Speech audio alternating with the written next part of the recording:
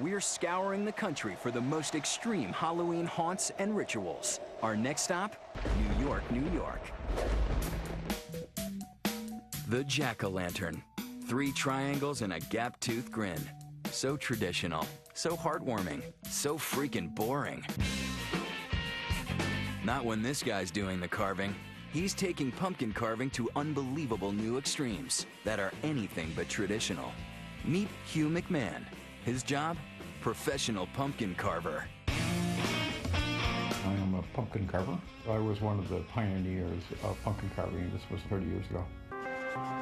Every season, Hugh sculpts an estimated 300 pumpkins. And no one's doing it like this guy. What most artists dream of achieving on canvas, Hugh's doing with gourds and a paring knife. Well, I carve all types, small and large. One of my works is a 500-pound pumpkin of a Halloween smiling face character. And that's not all. Check out Hugh's Devil Cats, his deadly cobra, or his presidential pumpkin that took 3 hours to create. Then there's his portrait of everyone's favorite little wizard.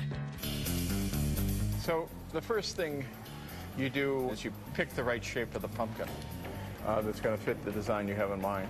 And then to cut the bottom, I use a fruit and vegetable knife. So you want to get the basic shapes cut out with the fruit and vegetable knife, and then you come in with the X-Acto knife. You put a light bulb in there, you see how it's going, and you make adjustments to what you're seeing.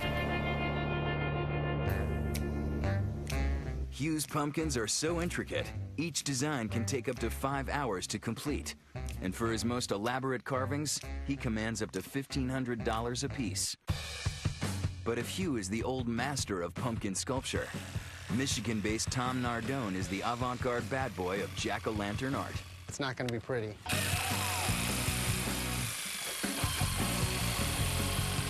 I just think Halloween is an extreme sort of holiday. Halloween costumes should be wild and unusual, and if a haunted house doesn't scare the wits out of you, it's not a great haunted house. So I think pumpkins should do the same thing. Jack-o'-lanterns should be shocking. I have this thing that I made in my garage. I don't imagine most people have one of these, but I call it the pumpkin gooper. I just use it to clear out all the guts. And spending endless hours to artfully render the perfect jack-o'-lantern? Forget it. Tom's method is less like sculpture and more like a slasher flick. Rarely do I carve a pumpkin that takes more than 20 minutes to do. It's just a pumpkin. It's going to rot in a few days. We're using power tools and sharp instruments. We're using fire and road flares and things like that. In fact, Tom's jack-o'-lantern creations are so over the top, he's even collected the gnarliest examples in his own book, Extreme Pumpkins. There's his drowning pumpkin, his truly nauseating bullet wound pumpkin, and the ultimate in pulverized pumpkins, Tom's legendary Property Defender pumpkin. I like anything that's kind of gross. So there's ones that have like worms crawling out of their skull, and there's ones whose head's been cut off. And his latest work? It's even worse. Check out his nasty masterpiece, the Conjoined Twins pumpkin. Oh, the sick bastard. I've actually gotten angry emails about that, which I think is sort of funny. Or how about his jack-o'-lantern with exposed brains? Yeah, let's go even more brains, I think.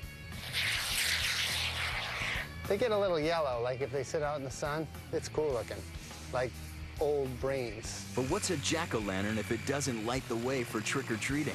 And for Tom, one dinky little candle just won't do. This is the head on fire pumpkin. It's gonna look like its head's on fire.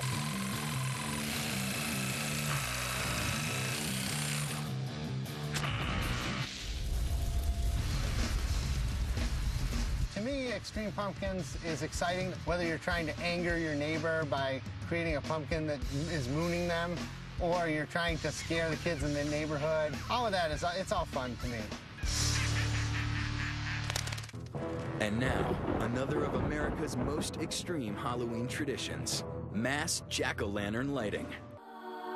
No haunted house is complete without a jack-o'-lantern or two, but Keene, New Hampshire, population 22,000, sees a virtual plague of pumpkins at their annual Keene Pumpkin Festival.